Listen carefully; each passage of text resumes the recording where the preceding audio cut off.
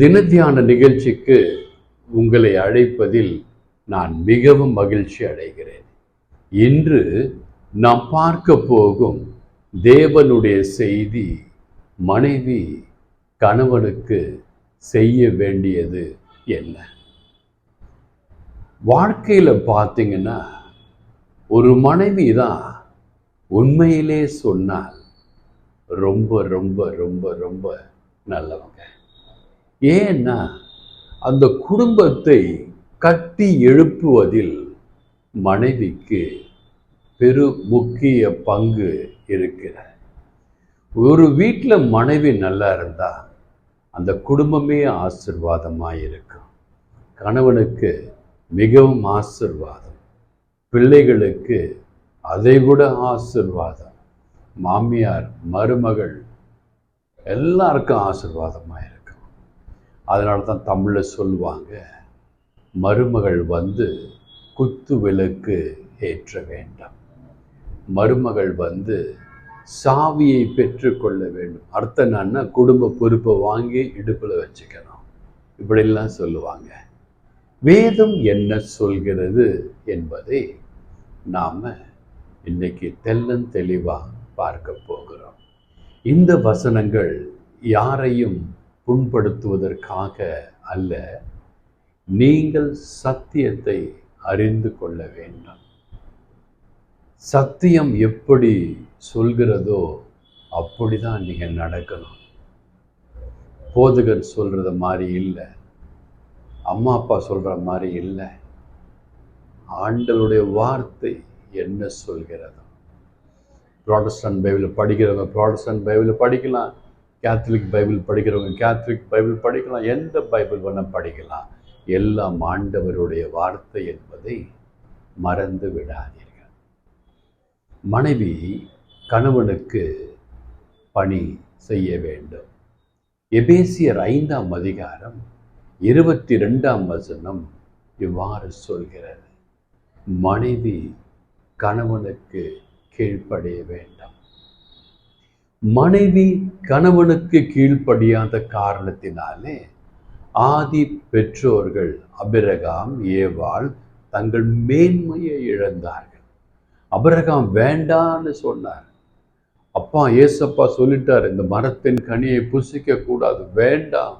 ஆனால் அவ கேட்கல. இதை சாப்பிட்டு தான் பாருங்களேன்.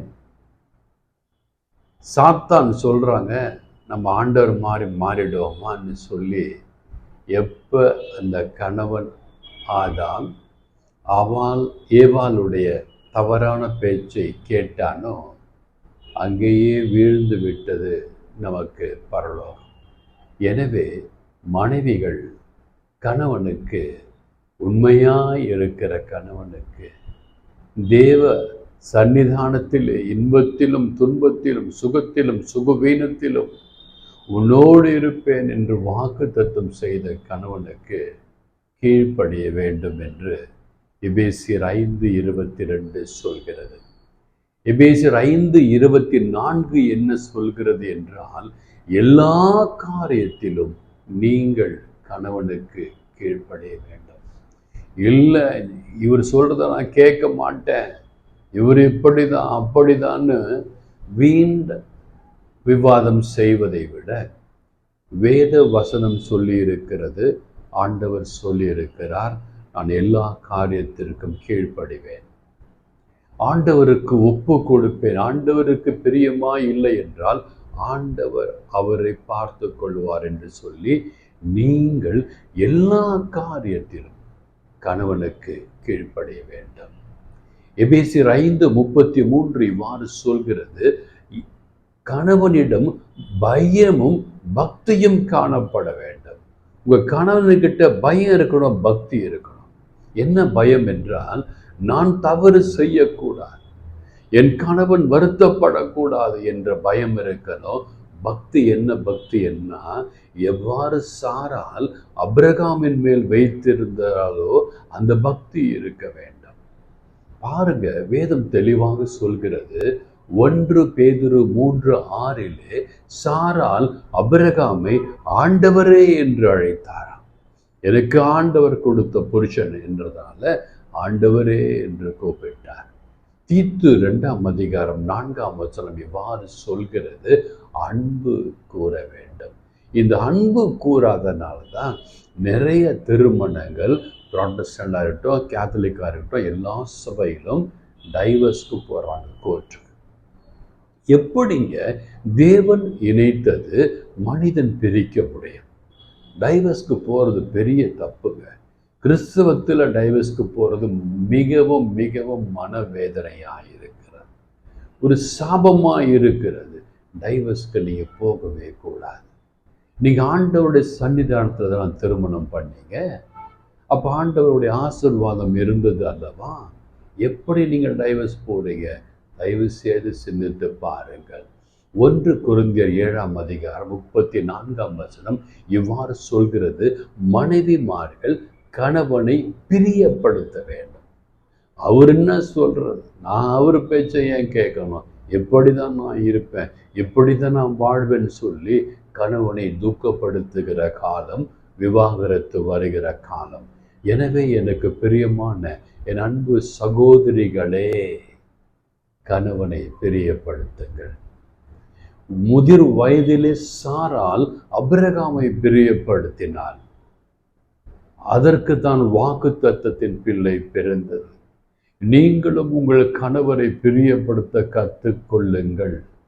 நம்முடைய மூதாட்டி ஆபிரகாம் கணவனை பிரியப்படுத்தியிருக்கிறாள், கணவனிடத்திலே பக்தியாய் இருந்திருக்கிறாள். எனவே நீங்களும் கணவரை பிரியப்படுத்துங்கள். அடுத்து பார்த்தீங்கன்னா, மனைவி கணவனுக்கு ருசியாய் சமைத்து போட வேண்டும்.